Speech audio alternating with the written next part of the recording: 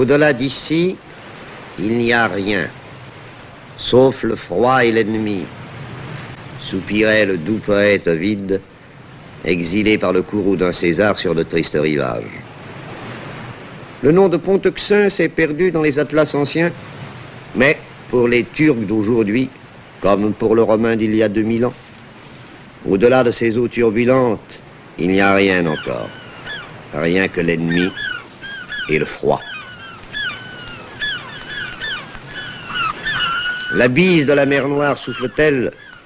Sur les détroits s'affolent les mouettes. Les pêcheurs rentrent au port. Et soudain s'inversent les saisons. Poiras et Lodos, vent du nord, vent du sud. C'est leur imprévisible alternance qui commande la couleur du ciel et le plaisir de vivre sur ces dunes où chaque pas éveille le souvenir. Là s'implanta, voici 26 siècles, un capitaine de Mégare, à la tête de ses matelots. Il s'appelait Byzas, et de son nom, baptisa l'extrémité de l'Europe.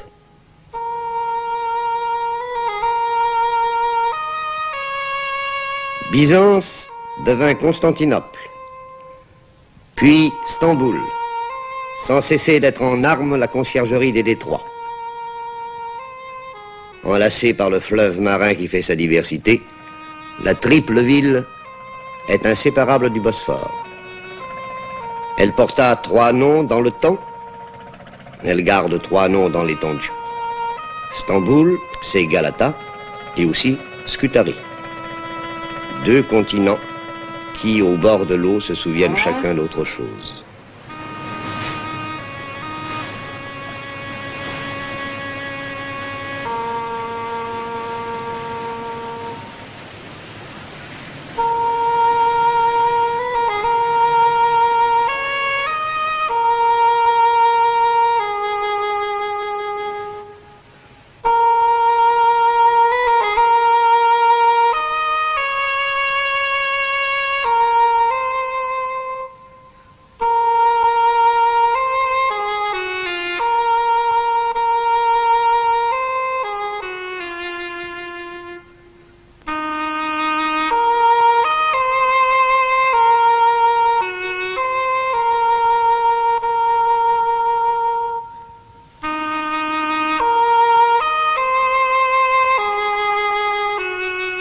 Presque rien n'y évoque plus l'Empire grec, si l'on entend le langage des herbes folles, de la cendre des morts et des remparts écroulés.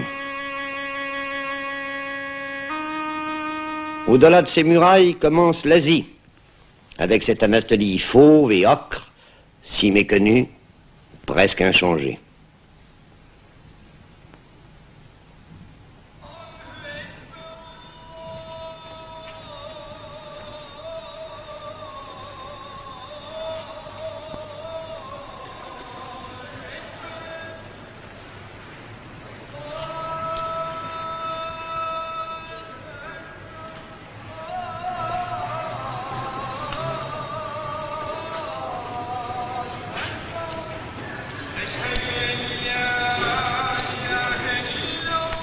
Une rumeur couvre parfois dans l'ancienne capitale des Ottomans la voix sainte de l'islam. C'est celle d'un monde quasi familier, presque moderne. La suie et la fumée se sont mêlées à des parfums sucrés, le mazout au ruissellement des eaux douces.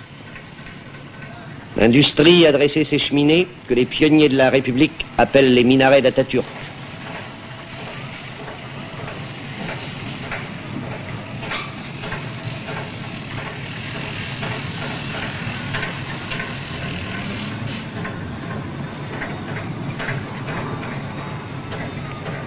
Les caïques servent de péniche.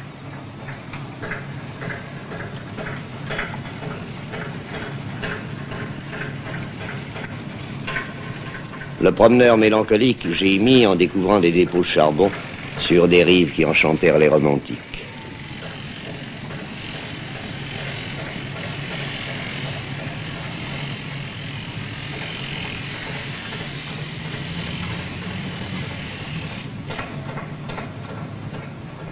Mais pour cette âme friande d'harmonie, se dressent encore les 425 mosquées de Stamboul, héritage préservé du califat. Le temps s'est arrêté dans ce sanctuaire, dédié à la mémoire de Mahomet II, El-Fatih, qui força les défenses de la deuxième Rome. Un sortilège frappe de torpeur ce pieux refuge, clos sur lui-même, dans le murmure d'une des 11 000 fontaines qu'offrirent à la communauté les donateurs d'autrefois.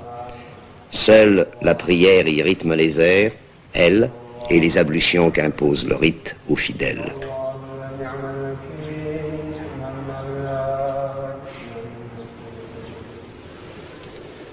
Ici se prolonge encore cette Turquie intemporelle. Elle s'appelait Asie mineure dans les relations de voyage d'écrivains démodés. Elle se survit sans doute, mais le meilleur d'entre elles est retourné à la terre, dans ces cimetières voués à toutes les croyances, îlots de paix, où de blanches pierres sont noyées dans la verdure, livrées à la nature, dépourvues de ces grillages solennels qui, ailleurs, isolent les disparus des exubérances de la vie.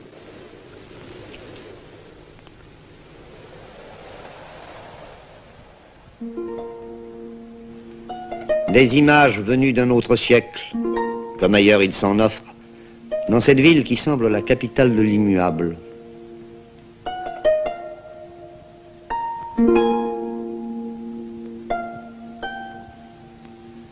Ces hommes, égrenant leur chapelet entre des doigts sans repos, seule la tradition guide leurs gestes, eux qui connurent l'agonie de l'Empire ottoman.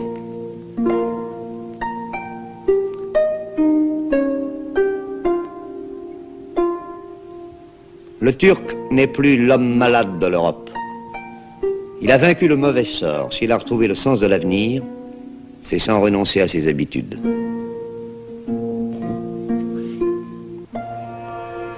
Tour à tour, Stamboul se fait métropole de rêve, ou château des brouillards, que les couleurs s'y affinent ou se brouillent.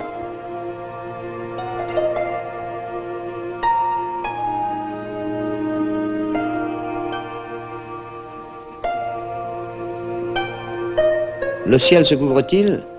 Aussitôt, brume et poussière envahissent les quais du Bosphore, estompent les coupoles, cernent comme des vaisseaux fantômes ces ferry-boats, où dans la familiarité des allers-retours quotidiens, on sent battre le cœur de deux continents. Couleur d'ardoise, de grisaille et de boue, c'est toute la ville alors qui part à la dérive et se noie en eau trouble.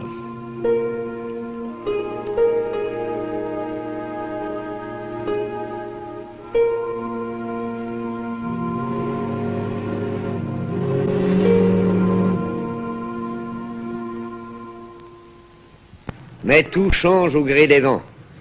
Et dans une lumière soudain limpide, l'occidental savoure le plaisir d'être encore en Europe et déjà en Orient. Orient familier, même si les faubourgs y gardent des airs de campement. Orient trompeur, mais ouvert à l'étranger par un peuplement composite, une tradition commerçante et la vocation européenne de la République. Dans un parfum de pastèque et d'orange, de résine et de thym, sur les marchés se confondent la malice levantine et la rudesse anatolienne, l'hérédité mongole ou l'ascendance balkanique d'un peuple solide et taciturne, bien vivant sinon bon vivant, frugalement nourri, sobrement abreuvé de yaourt et d'eau claire, de limonade et de sirop de cerise.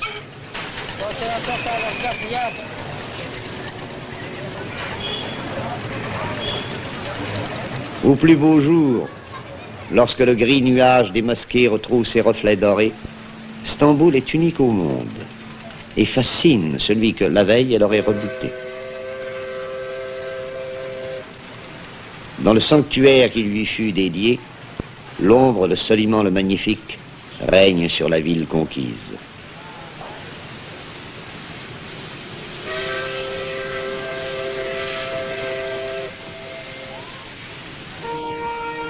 Le souvenir des Génois et des Vénitiens s'accroche au flanc de Péra.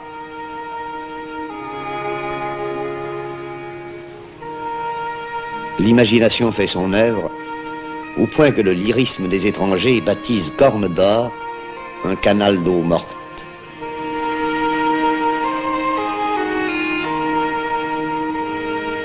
Charriant ses courants contraires, mer d'eau douce et fleuves salés, le Bosphore se fait enjôleur, enlaçant 7 collines vénérables.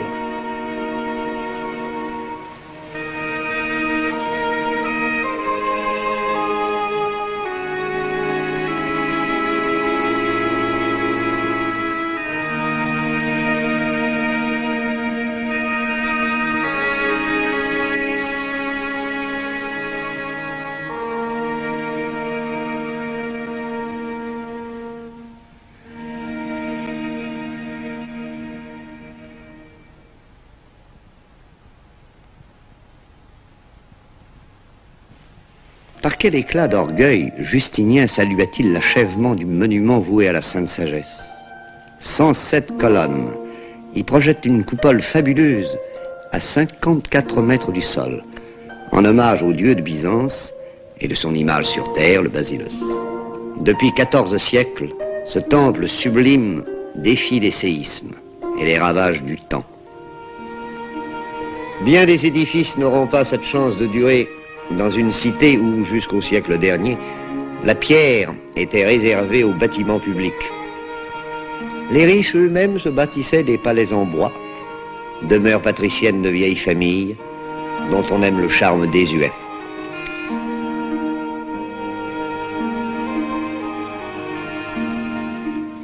Derrière ces yalis craquant au vent, toute une ville sous ses coupoles fait le gros dos au soleil. Elle dresse ses ogives étirées, ses arabesques pour kiosques à musique, au bord de l'avenue liquide que Léandre traversait chaque nuit pour étreindre sa bien-aimée. Stamboul a toujours le dernier mot. Elle triomphe dès qu'on s'en éloigne. Alors, une ville qu'on jugeait négligée retrouve son élégance. Et l'on oublie les détails pour ne plus voir que l'ensemble.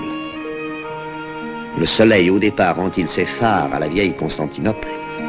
La décevante se fait inoubliable.